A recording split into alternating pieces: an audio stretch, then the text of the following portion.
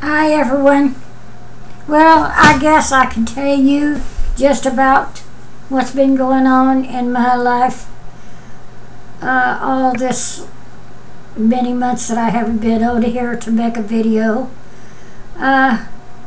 What we've done, I planted the seed and the little seed starters for the garden, and then when they got up about a couple of inches high, I took them out and I put them into 2 or 3 inch pots, and then from there the tomatoes and stuff went into, from then they went into half a gallon or gallon pots, and transferred into them so they could grow big. And a lot of them, they just stayed in the 2 and 3 inch pots.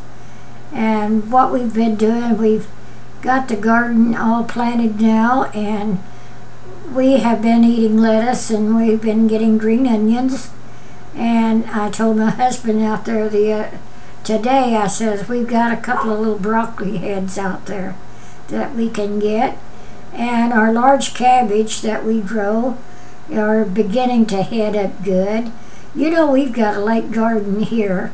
Now back east and back in the Midwest, where they can have hot weather and they can plant their gardens and the weather is so hot, we haven't really had no real hot weather here at all. In fact, they said this was the coolest spring that we've ever had, and that they could ever remember.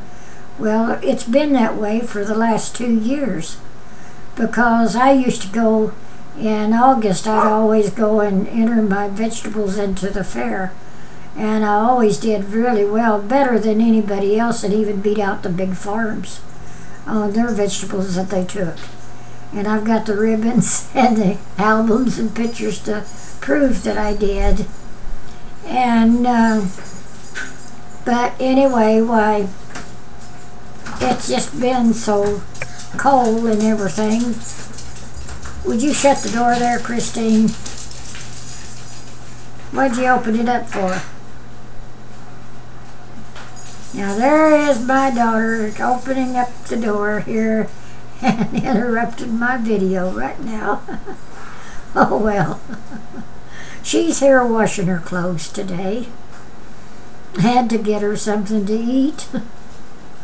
And back to what I've been doing is that my husband and I, we've been really working on the garden and stuff. And here last week, my house was a wreck, a teetotal wreck for about 2 weeks, because my grandson came over and we packed everything up and we packed everything in and put it in a different room out of the family room or living room as we such now that we got, because we put down laminated flooring, and that was the last room that we liked to put down in the house.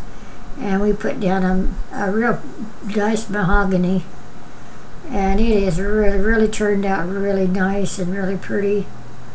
And so I've had to have, I can't carry and I can't do anything, so I got to wait and get other people to come by, and it's hard to get people to come and help you.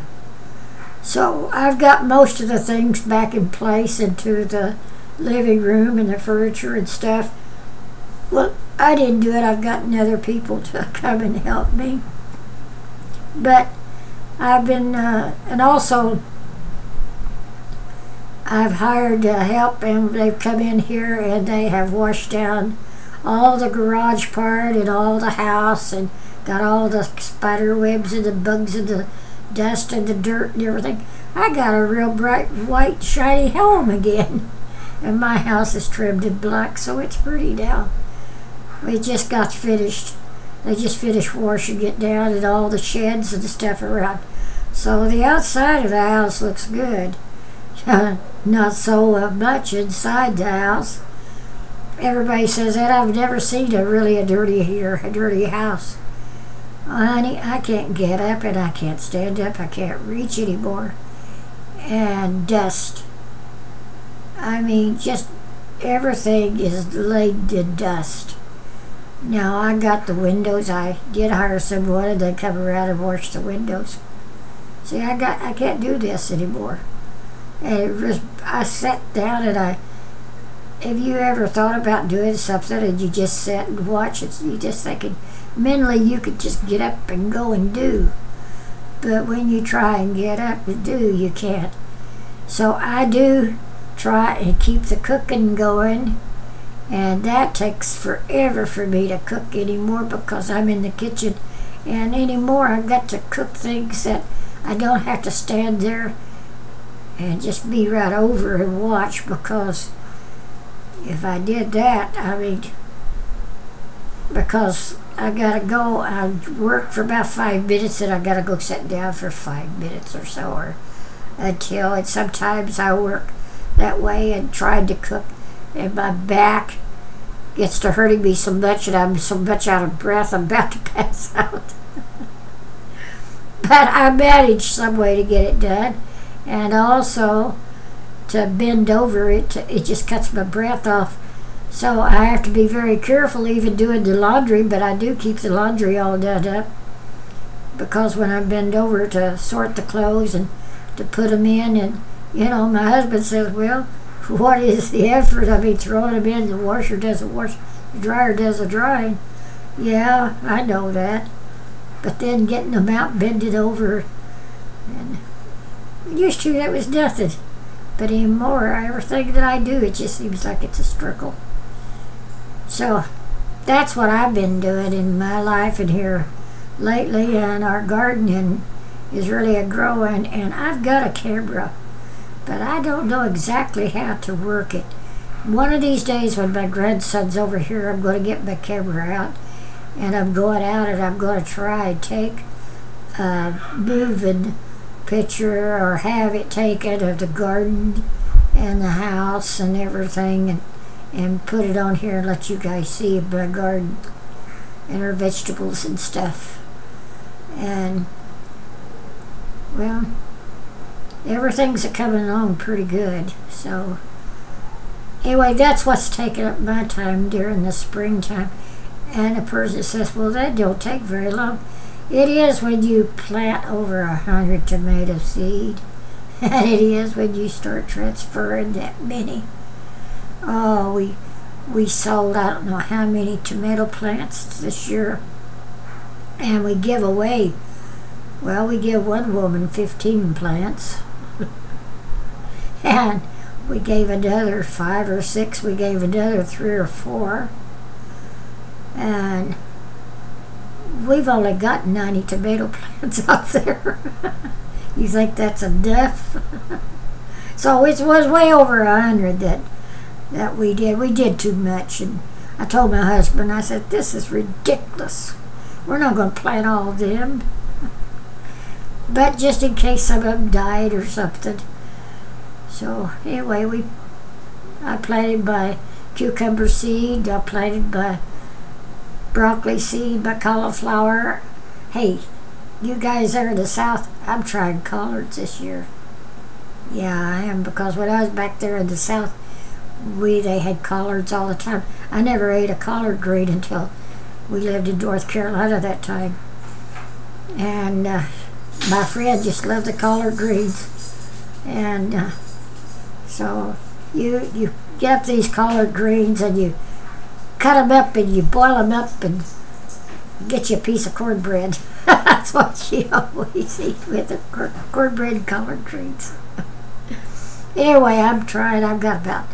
I planted the seed, and then I had to space them out and everything, but I've got about 5 or 6 plants out there, so that should be enough collards. My son loves them, but my husband said that isn't the greatest.